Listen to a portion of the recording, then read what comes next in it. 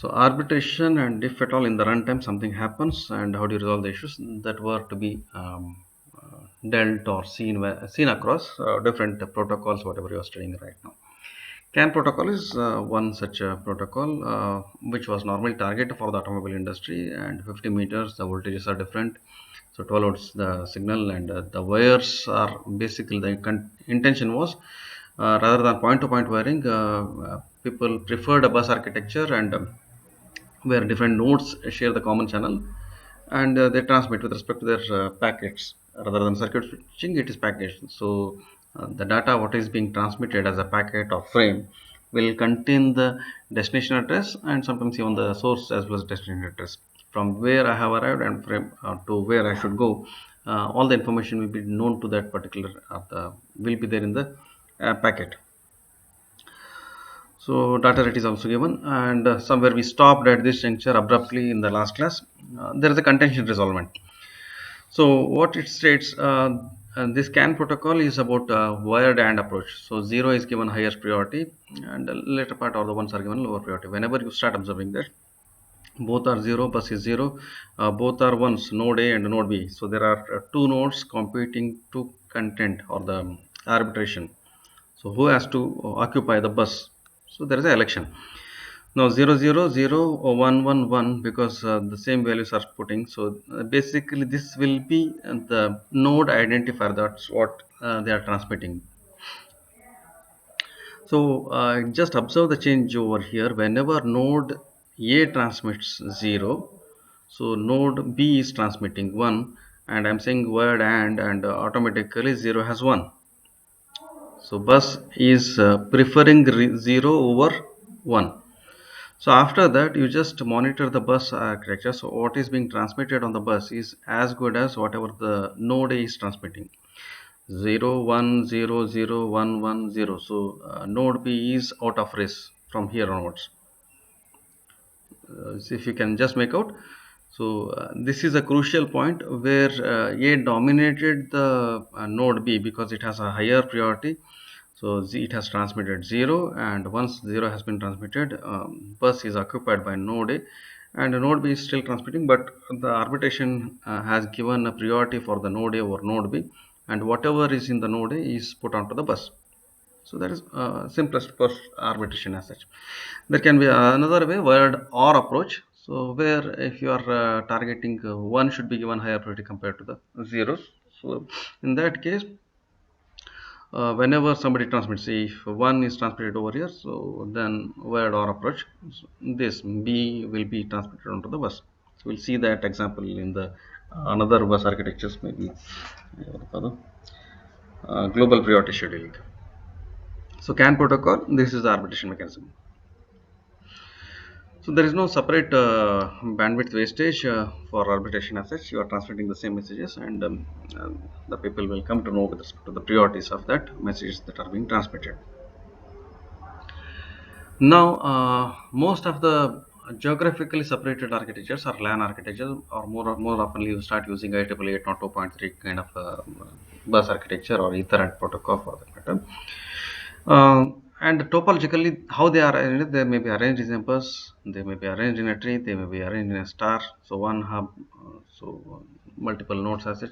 They may be arranged in a ring, so token ring protocol or ring architecture, or they may be arranged in ad hoc process because wireless. So nodes are randomly, nodes die randomly, or they move away from randomly. So that's a wireless approach. Uh, to explain what is bus topology, so all the nodes are connected through a common T carrier or bus cable, so that everybody is connected, and when everybody is connected or everybody is sharing this cable or wire or media, now the problem is contention. If simultaneously this person and this PC wants to transmit something, then there is a contention. How do you resolve that contention is the question. There is a single shared channel bus, the nodes content for it. So nodes use broadcast mode of communications. So whatever is transmitted by any one of the PC is received by all of them. That is what is the broadcast mechanism. So then nodes used to connect to a coaxial cable. using a T carrier. So this goes for this particular source, and that cable continues to attach the PCs or nodes simultaneously. So BNC connector or the coaxial cable, that's how the PCs are connected. So after that, terminating points are replaced at each end of the network cable, 5 UTP. So Ethernet cable using RJ45 or plugging in your PCs or Ethernet cable. So network interface card, which is dealing with your Mac unit or the media access control, how you are tapping or particular PC is interfaced with respect to network is showcased over there. This is your personal computer, so SMPS and other motherboard and other architectures are shown. But to the network, what is important for me is I am connected through network interface. So and Mac layer or the media access control layer of software in my PC will be dealing with what to do, algorithms with respect to that particular LAN or any particular protocol. So this is connection with respect to your routers and switches. That's what is being shown. Each computer is connected to the network through special network interface card. LAN data transfer occurs at a rate independent of types of computers. NIC shields LAN from characteristics of each device. Example speed. So it is up to the network designer how he decides. See, if I want to split the bandwidth, maybe I'm using a switch and reserve some bandwidth for a particular nodes, and then divide the remaining bandwidth among the different nodes as such. So that is left to that uh, the intermediate nodes whatever you're using. So nodes, whenever you are using, say maybe end user or end PC or terminal, you are stating, but intermediate nodes such as the router, hub, switch, gateway, whenever they come across, so maybe you are manipulating or you are not very much transparent. So there can be some monitoring that can happen at a control level. So I want to give a higher bandwidth for administration section and lower bandwidth for the remaining process. So that some engineering will happen over there, and that continues. So a car, also known as a LAN adapter, acts as an interface between the computer and network. So it relieves the CPU from electrical and low-level networking issues. So networking issues are handled by, so most oftenly what happens in the computer architecture, so whenever you think of a computer, so it has multiple jobs to do. So central processing unit or the CPU or processor, whatever you are doing that, so there will be delegation of jobs by the central processing unit, so that anything related with respect to media or your monitor display and other things, so will go to your graphics card. Anything related to audio will go to your audio card. So there will be some PCI slots in earlier PCs, so that the particular cards will be interfaced over there with respect to whatever the software or device drivers have been attached. So that will take care of that. So that whenever I just identify this is the job, this can be delegated to this person and he will do it efficiently. So if I'm gamer, I'm doing some gaming application or running some gaming applications, maybe some NVIDIA graphic card or the so that's where my processor identifier sees to it that, so that content related to gaming will be diverted to NVIDIA graphic card. So there will be appropriate bus architecture, software, device drivers, everything will come around play. Similar to that, with respect to networking, so this is an NIC or a media access control will do that particular job. Can directly access the computer's memory independent of CPU. So direct memory access. So all the memory transfers happening through CPU. CPU is a computationally oriented devices, and if you are using that what is it, a computationally efficient device just for memory transfers, may not be fair enough or good enough on that particular usage part as such or resource utilization, and hence separate hardware such as a DMA or direct memory access will take up that job. So what happens is basically what you are doing is your bus arbitration, and then finally some memory transfer has to happen. There is no computation kind of stuff that is happening. Let CPU continue with its computations, assuming that it has all the data required for that, and remaining memory transfers will happen through the DMA. Accesses memory throughput data bus within a computer, typically PCI bus. So PCS, parallel communications, or if you want to elaborations, peripheral control interface. So one of the bus standards. So whenever you see this network card or plugging in of these cards into our PCs, So these are the bus stands: PCI, PCI Express, or even hard disk, IDE, SATA. But so there will be different bus standards, or whenever you open up your PCs, you can see different bus architectures. So they are most often board level bus architectures.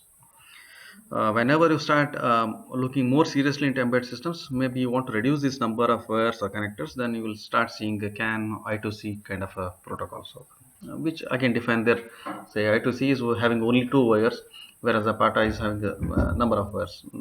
So, reduce the metal interconnects and then make the PCB more portable or cost efficient, power reduction, signal integrity. So, whatever the things come into picture, will happen over there. The separate research topic will be dealt at that juncture. And the board level bus architectures. Why do I choose PS2 or HDMI or SATA, PATA? So there are different devices you are connecting to your PC, but through different interfaces, because the requirements are different. So video is huge data, and hence I require HDMI, and PS2 or the XY coordinator through your mouse is a lesser amount of data. Maybe you are requiring PS2, or maybe now USB communication bus standards. So that will be a difference as such. NIC converts from parallel to serial and vice versa. So ultimately, how it has to flow into the network will be decided about that. If it is coming serially, then you have to make it parallel, then make it available for the further layers of the system or computer for processing. Okay. Most manufacturers nowadays build their NIC into the motherboard. So inbuilt motherboard, or there is no separate cards as such. No PCs are coming with respect to the SOC approach ಬರುತ್ತಾ ಇರೋದ್ರಿಂದ, ಅಥವಾ most oftenly all the stuffs, there are no separate cards, and daughter boards will be made available, so that the system integrity has been increased. Of the why do you move to SOC, or what is the importance of a microcontroller compared to the microprocessor? If I know what is the specific applications for which I'm handling it, and continuously for that reason, whatever is required is moved very much closer and together, and hence the reliability and the communication between those devices or the blocks is managed efficiently. ದೂರ ದೂರ ಇಡೋಕ್ಕಿಂತ, say whatever are more communication oriented, or create a closed friends groups kind of stuff. So if you are these two PCs are communicating more oftenly, then make sure that that wire length is reduced, so that if you can keep them very much nearer at board level I'm speaking. So even at that level, again, it depends upon the restrictions, how you are designing. So tree topologies. So from one node, you go on tree, say that it is splitting, and again there is splitters. So there are main node to your leaf nodes. So how the tree topology has gone drawn. So bandwidth is going on splitting to leaf nodes, starting from a main central node. Star topology is there's one hub, so all the other nodes are connected to the hub. So all the communications normally happen to the through hub. Most oftenly, if you consider USB, all your PCs USB will be connected through one USB hub. So for just to give an example, let's say one USB hub can support 4 USB ports. So somewhere around 500 milliamperes of current is required by that particular hub, so that 100 milliamperes for itself, and 100 milliamperes for each USB port. So that's a physical layer description of USB. You may again say 5 volts or 100 milliamperes of current, or how I identify particular desktop or the server or PC. And so all that has to be dealt. So hub, or there is a central node, any communication will happen through hub only, or central system as such. That is star topology. So wireless topology, not really specific topology, because the nodes are moving. So whereas in the other case, nodes are stagnant or the fixed. A workstation is wireless LAN, can be anywhere as long as it is within the transmitting distance to an access point. So what is the standard? IEEE 802.11. Again, you have a different variants of 802.11, B, G, N. So what if you are both the nodes are moving? My access points are generally not moving, right? So wireless access points will be fixed onto the wall mount on the, then all the other devices will connected to this will be moving. Or what if both are moving? I'm tethering my say cell phone, and both my friend and I'm moving, and we are sharing our internet. or if they are moving at a very high speed. So we are sharing our internet, and when you imagine we are moving at somewhere around 80 kilometers per hour or 120 kilometers, what are the implications on the network, and how do you rectify your error correction codes or the network establishment? What is the modulation technology that has to be used?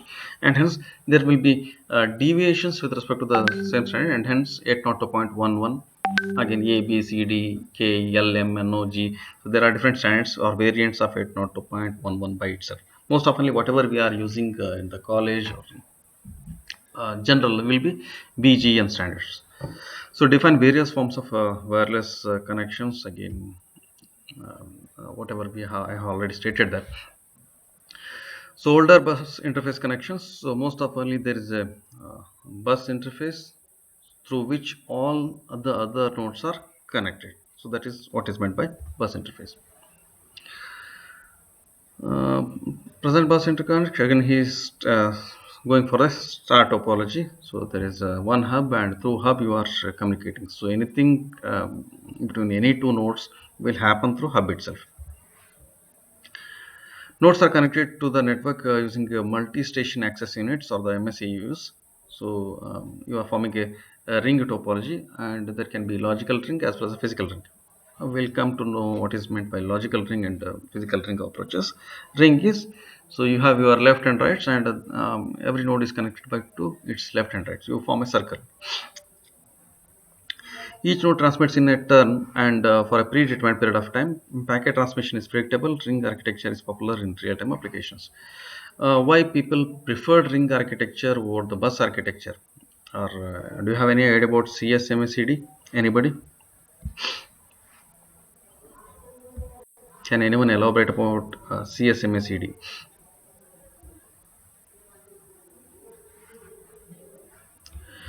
Okay then. Carrier sense multiple access. So then collision detection. That speaks about two aspects of networking as we discussed earlier. One is network arbitrations. Who has to speak next? So that will happen through the carrier sense multiple access, because everybody or every node in the network is listening to the network or channel. So whenever you see that there is no activity or idle, so there is no voltage detected in your media as such, so then that gives a presumption that nobody is transmitting. If you have something to say, go on. So that's how the nodes will assume that if nobody is speaking, I will go on and speak. So what may happen in the scenario is two nodes will decide to speak at once or simultaneously or concurrently. So then there is a collision. So node A is also transmitting, node B is also transmitting, and suddenly the channel voltage rises above some nominal value. Then you say there is a contention or collision of the packets, abnormal voltage values in the channels, because some more than one node is trying to speak at a given point of time. So carrier sense multiple access. What is how do you resolve contention? So collision detection. So whenever you detect a collision, you back off for a certain amount of time. So back off time for every node is different. Maybe whenever I hear a collision, I will back off for 10 seconds. It's as good as we are speaking. If there is the conversation in the classroom, and simultaneously two speakers start speaking, maybe one person backs off for 5 seconds, another person backs off for 10 seconds. So it is independent of the to the individual preferences for that matter. So that in the meantime, if somebody transmits and we hear that yes, let him continue whatever he is transmitting. After that, there is a idle period or silence, then you can go on. That is what is normally happening in the bus architecture, or whenever you assume a shared channel as such. The other approach is we will reserve slots for that matter, so that 9:10 to 9:15 you decide. So whenever that thing say you are reserving slots, so basically that's a token approach. So you are having a token for a particular duration or the particular duration during the day, or on the other ones fixed timings ಕೊಡ್ತೀವಿ, or there is a token kind of issue. So whenever somebody holds the token, he automatically occupies the channel, or he becomes dominating over the channel. So only he can transmit, and all others can just listen to that whatever he is transmitting. that is token oriented. And now that has to be circulated, because only one should not hold the token. So there's a token holding time for every node. So how do you resolve the issues? To make the system fair enough, everybody is allocated a token in a circular queue model. So everybody holds the token for 10 seconds. Whatever you are having, just transmit it. So why it is more predictable or more suitable for real-time communications? So packet transmission is predictable. So ring architecture is popular real-time applications. 1 minute. So this is how your MSAUs are attached. What you will be knowing is your who is to your left and who is to your right. So you know the information to the left and right communications as such. Now, can you think of a converse of ring architecture? Important problems with respect to ring architecture. So if in a bus architecture, so everybody is sharing, and whenever it cuts, so after this, these two PCs or the whoever resides after that will not be able to communicate. If this is cut, still you can continue with the communication as such. Fine. Whereas a ring architecture, if something is cut and entire network comes to standstill, any break in the ring can bring the whole network down. Ring is a poor fit to the linear topology of the most assembly lines and simpler applications. So assembly line applications most often either they are tree driven or hub driven. Okay. Token bus architecture. Token bus is a bus head. Yes. Somebody wants to speak?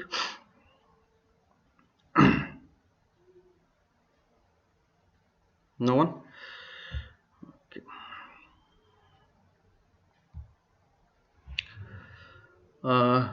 Has benefits of both bus and ring architecture. The stations on the bus are logically arranged in the ring. So you want to create a hybrid architecture where a bus is shared, so that a network is still intact and still the broadcast in the bus can be heard by everybody else. But who has to transmit will be decided by the token, and token exchange will happen in a logical ring fashion. So physically it's a bus, but logically they are connected. So it's you choose a convention. So always I pass my token to the person on my left. So whenever you say that, that's a logical ring you have established. So always, whenever you assign a token, you know who is to your left and who is to your right.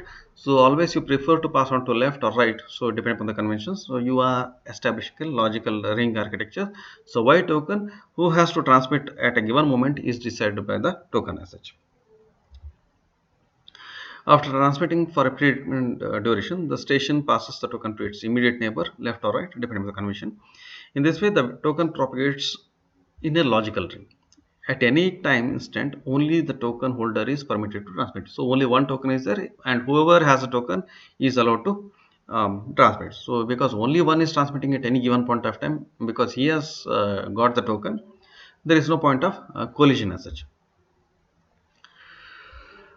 So features of token bus architectures. The MAC protocol in a token ring network should support adding and removing stations from logical ring. So whenever you add a particular node into the logical ring, or you just add it to bus, so you have to change your what is that, new node has to be accommodated, so that at least two nodes left and right information you have to change, right?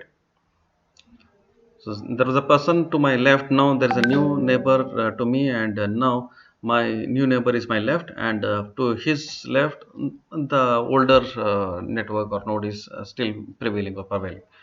So that has to be adjusted or made whenever you are making accommodation of a new nodes. If there is a node deletion, then again you have to manipulate the information with respect to neighbors. So logical information has to be changed. The physical and the logical order of stations need to be same. It is also not mandatory for all the stations on the bus to be in the ring. So you can choose to only a few pieces. Say whenever he's performing, this is a logical ring, and this bus or the particular node may not be in the logical ring. So he is missing node 2 from the logical ring, but he is able to listen to the stuff and it adds to complexity. If there is a uniform rule, then no issues as such. But one exception and one VIP, yes, starts spoiling the system. So or added complexity to the system. So anything with respect to 1 to 10 ಎಷ್ಟು ಹತ್ತು ನೋಡಿದೆ say all are communicating with respect to logical node of the ring or token based protocol as such. And now there is one more additional node who is not into the ring, and if there is a contention with respect to node to what to do, yes, that adds to the complexity as such. Okay. It's a repetition from your computer networking class or the CCN. Just again, I think we have covered it. Anyway, I will read it once again. CSMAD CD or the carrier sends multiple access collision detection, or sometimes CA or collision avoidance is a protocol, is commonly used for medium access protocol. Multiple access protocol because simultaneously many nodes are listening to the channel, and if channel is found to be idle, maybe they are trying to transmit onto the channel as such. Node senses the channel status. A node transmits only if the channel is found to be idle. When multiple nodes attempt to transmit at the same time, the yes collisions occur. The larger propagation delay of the network, the larger is the probability of collision packets. So that means it has left to the source, but there is a large amount of time which is making it to stay into the channel. Because there is a propagation delay, it takes a lot of amount of time to reach the other end, and so that more you are on the road, you are more prone to accidents. It is as good as that. So larger is the probability of the collision of packets. If collision is detected by a node, it immediately stops transmitting. So collision detection, so you have identified that there was a collision, does not define a collision resolution protocol on its own. So how to resolve it is not detected. Maybe you are going for a retransmission of the same packet, but that is not stated in a standard form. So it is left to the implementer. Whenever there is a collision, how he wants or how he or she wants to resolve it, it's left to the designer aspect as such. So Ethernet is a LAN standard based on the CSMA CD access control. Ethernet is very popular due to its simplicity, low cost, and high speed. So most often, almost all the networking, whatever you can see in the college or the most of the networking are based on Ethernet. So uses a binary exponent backoff, so algorithm for the collision resolution. That means every node is backing off whenever there is a collision. So I stop myself from transmitting further packets for certain amount of time. So then I will continue. So how much is the backing, or how much time I should back off? So decided by one algorithm called as a binary exponent backoff algorithm that is implemented in Ethernet or IEEE 802.3 algorithm of the protocol as such. Several attempts have been made to extend Ethernet to support real-time communication, because by nature Ethernet by itself is not a real-time communication. So you have to assign priorities, otherwise packets are seen as normal packets. So you are treated as everyone else. There is no speciality as such. Whereas real-time communication deals with respect to priorities. There is a critical nodes, there are the critical messages, and they have to be dealt differently. So the data link layer of the OSI model was broken into two sublayers. One is the logical link control, that's LLC, and medium access control, MAC. When and for how long a node can transmit. So how do you get an access to the bus or media, and how long you can occupy that or rule over that particular bus or transmission. So access arbitration. So arbitration, there is an election or some kind of mechanism so that you choose this particular node can go into transmission. So these policies together form a media access control protocol. So how do you decide upon whether wired or wired and or any other arbitration algorithms with respect to priorities? So how do we decide particular node can go into transmission will be decided by our media access protocol or layer. MAC sublayer functionality determines which node accesses the medium next. When people refer to LAN, they often refer to it as a MAC sublayer name as such as 10 base T Ethernet protocol. So 10 base T is a carrier. So there are cable protocol TA. So depending upon that T carrier models. So 10 base T is a Ethernet model. They are referring by that name. So medium access controls MAC protocols. How long does workstation get its data onto the LAN medium? A software that allows workstations to take turns at transmitting data. Finally, ಹೇಳಬೇಕಂದ್ರೆ so he's just repeating. One is contention resolvement or the arbitration, and how long one should go on transmitting, whether it's uniform or it is based upon the priority of that particular node, or there should be some policy so that how much time a particular token or the media access should be allowed to a particular node as such. Contention based protocols and round robin protocols. Contention based protocols is whenever the competition or there should be election, and then you decide upon one particular node has won and he can go for the transmission. The round robin is fair enough. That means there is a circular queue. So if I say that it's fair kind of stuff, so everybody is allocated a stipulated time span. So 30 milliseconds for every node. So every node transmits for 30 milliseconds, and once somebody has completed, immediately whoever is his neighbor starts transmitting. So that is your round robin protocol. So 10 base to 5 TEF. So they are Ethernet versions with respect to their speeds as such. They are not given. I am not referring. So you can just Google them and get the data sheets with respect to what are the speeds with which 10 base to 5 TEF and are available. Okay, ಕೊಟ್ಟಿದ್ದಾನೆ. Then good. So commonly called as a thin Ethernet, operates at 10 Mbps. Again, it's a data sheet, and invariably I have to read it. So maximum distance is 200 meters. Uses a thin coaxial cable topology, connects using a BNC connector. So this connector is called as a BNC connector. So what that indicates, 10 Mbps to 200 meters. So this is multiplied by hundreds, and this is multiplied, it is kept as it is. So repeaters are used to connect multiple segments. If about 200 meters you want to connect, you have to go for a adapter or a repeater, so that it brings back the voltage levels to the norms and then transmits. Otherwise, normally larger the distance, voltage or signal starts getting attenuated with respect to that media, physical property of media. So you have to go for a repeater. So 10 base 5. So as per the earlier norm, so it's again alienated to the Mbps, then maybe 500 meters. So thin and thick Ethernet uses a thicker coaxial cable.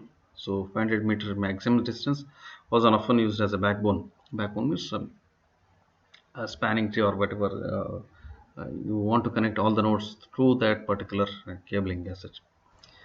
Thick cables are inflexible and not suitable to connect to a computer. So only for the switches, hubs, or the basic networking backbone, whatever is required, you are doing that. 10 base 2 and 10 base 5 were completely abandoned since about 10 years back. 10 base T became popular. So T stands for twisted pair. Most often your telephone lines, whatever you are seeing, that again. Okay. Unshielded, shielded. There are variants with respect to twisted pair. Again, whenever I uttered some terminology is called as a TEJ. So TEJ are twisted pair terminologies, or the carrier terminologies with respect to the maybe countries and continents. T US ನಲ್ಲಿ use ಮಾಡಿದರೆ, E Europe ಅಲ್ಲಿ use ಮಾಡಿದರೆ, J was in Japanese. So there are some variants with respect to the bandwidth and distance and so on. Yes, we have T at 10 base T now. T I'm just reading the information with respect to that. I'm just giving additional information with respect to, if you want to search, even you can search with the T1, E1 and J1 carriers. So uses Cat3 and Cat5, reduce cost, increases reliability, deviates substantially from a 10 base 2 to 10 base 5 topology. It is now a star topology. So one hub controlling them in your nodes. So one wire, and through this router you are connected, maybe something like a cyber room or some optics. So one optical fiber, now it is splitting across different nodes as such, through which all the nodes are getting connected.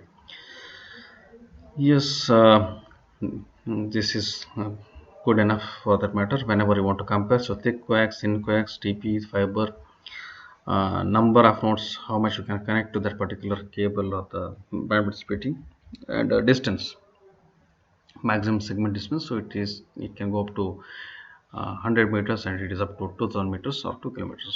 So with respect to in more number of nodes as such. So between buildings, you prefer 10 base F or fiber optics. If we can just observe that 10 base T is the maintenance, and 10 base 2 is cheapest. So it is somewhere around 10 Mbps, 200 meters. So backbones, we are going for a 500 meters thick coaxial cables.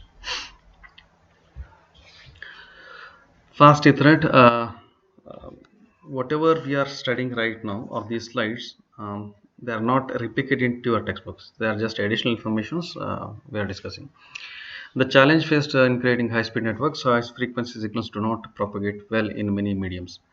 That is because of physical reality or physical limitations of that particular mediums. There will be phase shift or the attenuation introduced with respect to medium, whatever the micro engineering you have studied, and that will peep in whenever you start making transition at higher frequencies. Fine. Manchester encoding uses 10 Mbps. Ethernet is not very efficient. So a particular coding mechanisms was used to Manchester. So you have a zero crossing, NRZ, Manchester. Um, uh, so he's comparing across them, even with respect to signaling, which can be more suitable for a particular kind of medium message. 100 BST uses NRZ, non-return to zero encoding. Transfers at a faster rate without substantially increasing signaling speed. So signal speed or the frequency is still maintained as it is, but transfer happens at much higher frequency, so the higher rate. Last one is gigabit Ethernet. Versions of the twisted pair and fiber exist. So 1000 base T requires. So you just multiply that, it comes out to be gigabit. So 1000 base. Requires Cat5 cables. Network cables restrict to 100 meters only. Uses 5 level PAM modulation. Becoming more available because of the advent of now you can see that BSL fiber, Geo fiber, whatever the, so somewhere optical fibers were not so much aggressively adapted or implemented. Maybe in the, if you can go down 5 years previously, there was a concept, or technically we would hear that optical fiber communications, or even there were teachings, but now you are using, or you at a user front, I have a BSL fiber or the Geo fiber, so that fiber based communications are the higher internets, at least in India. So now it's a reality, and hence uh, we started with modems or BSNL lines, where telephone lines were being used for the internet, and the modem speed was somewhere around 56 kbps to whatever the Mbps, 10 Mbps, 100 Mbps speeds through gigabits are now becoming a reality. Okay, so he has just showcased how does an IC card looks like, 1 gigabit Ethernet card from Intel. So there's marketing aspect as such. Interconnecting LANs, yeah, basic questions. Why not have just one big LAN? Limited amount of supportable traffic on single LAN. All stations share bandwidth, and you have to maintain that QoS. So that is not directly pronounced over here. Quality of service or service level agreement ಅಂತ ಹೇಳ್ಬೇಕಾದ್ರೆ.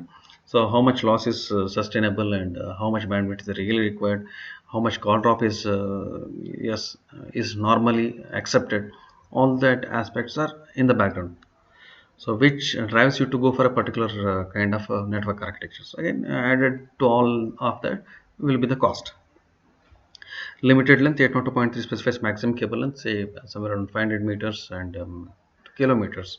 So 2000 meters up to 2 kilometers that wire can be run. So depending upon that, thin coax, thick coax, or the F fiber, whatever we have discussed previously. Large collision domain, a packet can collide with that of many stations. So again, propagation delay, he just gave an example of larger the duration that packet packet remains in the channel. So that means the packet is going moves 2 kilometers, then it has a higher probability, because the duration for which that packet is remaining in the cable is more. So simultaneously other node may transmit, and things may happen and there's a larger probability for that particular packet to get collided. Limited number of stations has token passing delays at each stations, so that whenever I'm making that managerial step of token management as such, if there are more number of nodes, so most oftenly node transfer by itself takes the same amount as managerial decisions, so that is not suitable. So that ultimately there is a physical limitation with which the things can be managed. What is internet working? Internet working is you connect many LANs and together form all the entire world is connected. That is what is normally called as the internet. Subnetwork a constituent of internet. Subnet is something related with respect to only STM college, or we are having a intranet that can be called as a subnet. So whenever you are having that subnet masking 255.255 dot so some zero you are making that, so you are filtering that to which group you are belonging to that. Internet working intermediate systems, a device used to connect to two networks allowing hosts to communicate with each other. Hubs, switches, bridges, routers through which you are connected to internet. So one networking that can be thought of, or how the things will happen. If you can just imagine how internet is distributed to at college level, you form a network. Maybe our college is attached to Rail Link in the on those. So there is a internet service provider. So who provides you the bandwidth and internet? So maybe 100 Mbps or whatever the Mbps is coming to that.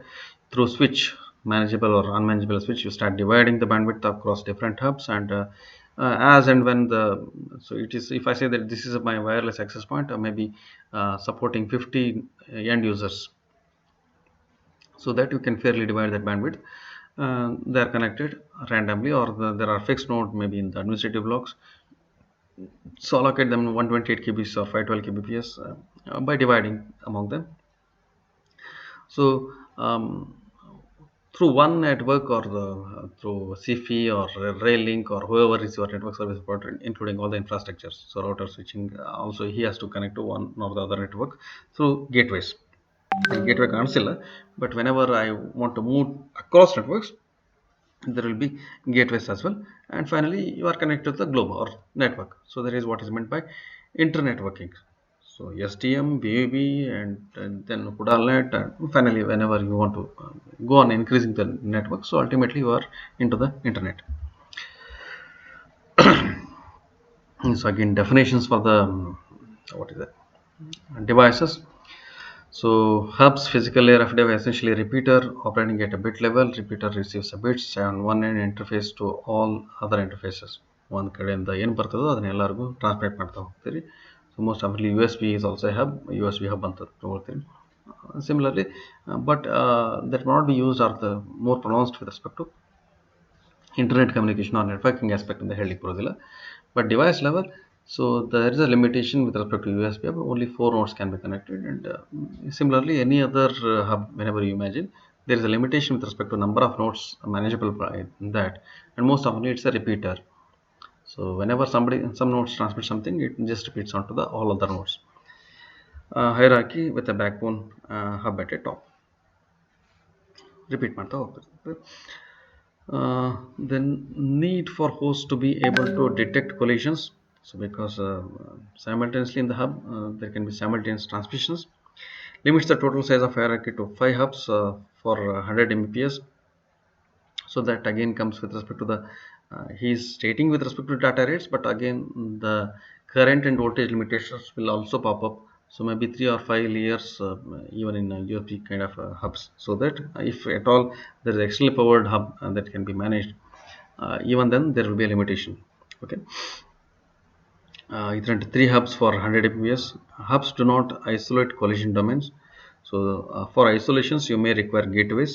So hubs will not isolate or do not do that job.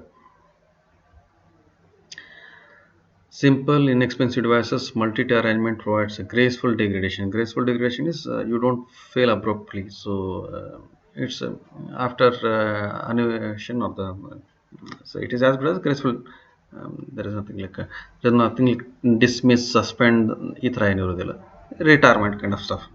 So there is a gradual degradation, and finally you are made to move out of the network as such. Graceful degradation. Portions of the LAN continue to operate if one hub malfunctions. So nothing stops abruptly. You just identify somebody is not working and take off the load from him and make the alternate arrangements. 100 MP is more robust than coaxial cable based on the network. Hubs detect typically problems such as excessive collision on certain ports and disconnect them. Okay, that's what uh, runtime monitoring is made available in the hub management or hub. There is some managerial aspect added to that particular node as such. Rather than simply calling it as a repeater, yes, it has some capabilities or discretionary powers. Single collision domain results in no increase in maximum throughput, multi-tier throughput, same as single segment throughput. Yes, that's again boils down to same aspects as it. Um, okay.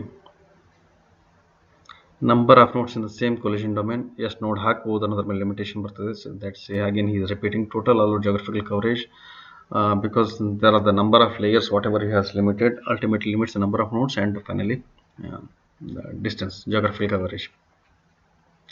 So I require a repeater after every, say if I am using a 200 meters, 10 base 200, 10 base 200, after 200 meters I require a repeater. Maybe I want to split the bandwidth, but there is a limitation, right? ಐದೇ layer ಅಂತಂದ್ರೆ ಅದಾದ್ಮೇಲೆ say after 1 kilometer I cannot extend it beyond, so that limits your geographical extension as such. Different Ethernet types, 10 base T to 10 base 100 base T. So the networks are different, and you want to connect them. That is not going to happen through the hub.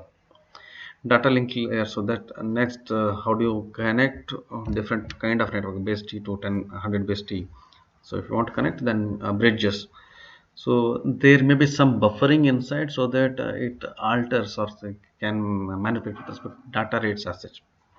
Operation Ethernet frames examines the frame header and selectively forwarding frame based on its destination. Bridge isolates collision domains. It isolates the domains. So buffers the frames because what I said was if you are operating with respect to the two nodes or devices which are operating at two different speeds, so definitely there is a buffering required. So one is a faster guy, another is a slower guy, and I want to communicate between those two. So I should have some memory so that I will collect all the information from the faster guy and deliver it at the rate required by the slower guy. Okay. So higher total max throughput. So because it is isolating wherever the collisions occur, relaxes the limit on the number of nodes and maximum length. So some margin is allowed over there because of that buffering. Can connect different types of Ethernet since it is store and forward device, or because of the buffering that is made possible or feasible. No need for any change in the to host LAN adapters. So transparent, whatever is happening, it is taken in the bridge itself. So maybe you are storing and then forwarding, or it is as good as a deferred live rather than for the anybody with respect to the user perspective. Somebody has transmitted, I am receiving it. So he may be he may not be well aware of the bridge by itself. Okay, I think I will stop Ethernet switch just to 300. 1 minute. So I'll just check out and we'll continue the next class. That's duplex. Nothing is available as per your textbook. So information was available in your slides, and I'm just continuing with respect to that. Then exactly we should start with the hubs personal. Okay. So this is the 330th 13th slide onwards is whatever is there in the textbook, so syllabus wise. So until then, yes, one more class I will just finish off because it's there in the book as such. So we'll take a leave now. We'll join the next class. Any questions, please ask.